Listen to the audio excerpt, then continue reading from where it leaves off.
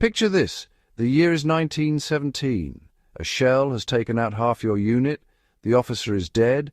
The farmhouse you've retreated into has no roof on one side, no glass in the windows, and the temperature outside is dropping below freezing. You have 3 men, 2 blankets, and each other. What you do next determines whether any of you see morning. This is the reality that thousands of soldiers, displaced civilians, and orphaned fighting groups faced across the western and eastern fronts of World War I. Tonight on Fieldcraft Chronicles, we go deep into the forgotten survival craft of men and women who had nothing left but their instincts, and somehow that was enough. Before we talk solutions, you need to feel the problem. Winter on the Western Front was not a romantic frost. It was a slow, grinding siege waged by the cold against the human body. The trenches, already ankle-deep in mud and water, would freeze overnight, turning the walls into iron and the duckboards into skating rinks. Soldiers described the sensation not as sharp pain, but as a creeping numbness that moved from the feet upward, like something stealing you piece by piece. In ruined villages behind the front lines, orphaned groups, soldiers separated from their units, refugees and stragglers, sheltered in bombed-out structures that offered walls but little else. Wind drove through shell holes. Frost collected on the inside of broken plaster.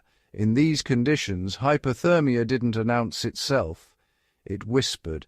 Men grew drowsy, then confused, then dangerously still. The first and most critical lesson these survivors learned was that cold is a social problem. You cannot fight it alone.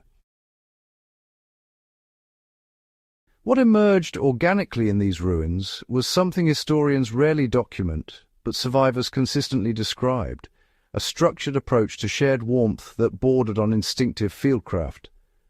Groups would identify the most sheltered corner of a ruined structure, typically an interior angle where 2 remaining walls met, blocking wind from at least 2 directions. They would then pack that space deliberately, not randomly.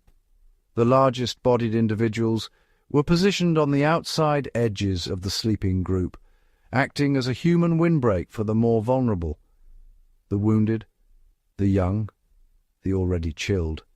The group would layer whatever insulating material existed: greatcoats, burlap sacking, straw pulled from collapsed barn floors, even flattened cardboard from ration boxes. They slept pressed together, rotating the outermost position through the night the way a military watch rotation works, ensuring no single person absorbed the worst of the cold indefinitely. This wasn't comfort, this was a system, and, systems kept people alive. The soldiers who survived longest in ruined structures were those who thought architecturally about their environment. Drawing on a tradition that stretched back centuries in Northern Europe, some groups constructed what can only be described as improvised box beds, enclosed sleeping chambers built from debris. Doors ripped from their hinges became walls.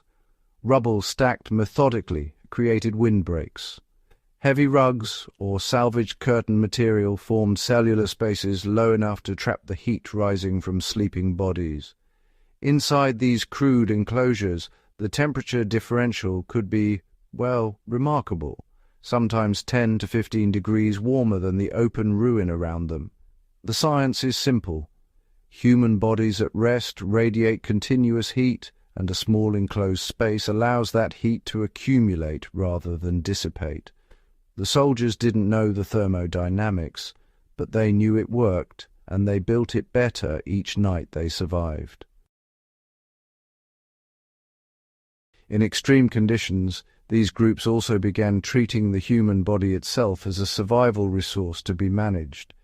Wet clothing was stripped and placed between bodies to dry against skin warmth before being rotated back to the outside layer. Feet, the first casualty of trench cold, were pressed against the abdomen of a companion when sensation was lost. This wasn't squeamishness overcome by desperation. It was deliberate, practiced technique passed mouth to ear through the ranks of men who had already watched others lose toes. Food and hot liquid, when available, were consumed collectively and timed strategically, eaten just before the group settled for the night to maximize the metabolic heat generated by digestion. Even the act of eating together served a secondary purpose.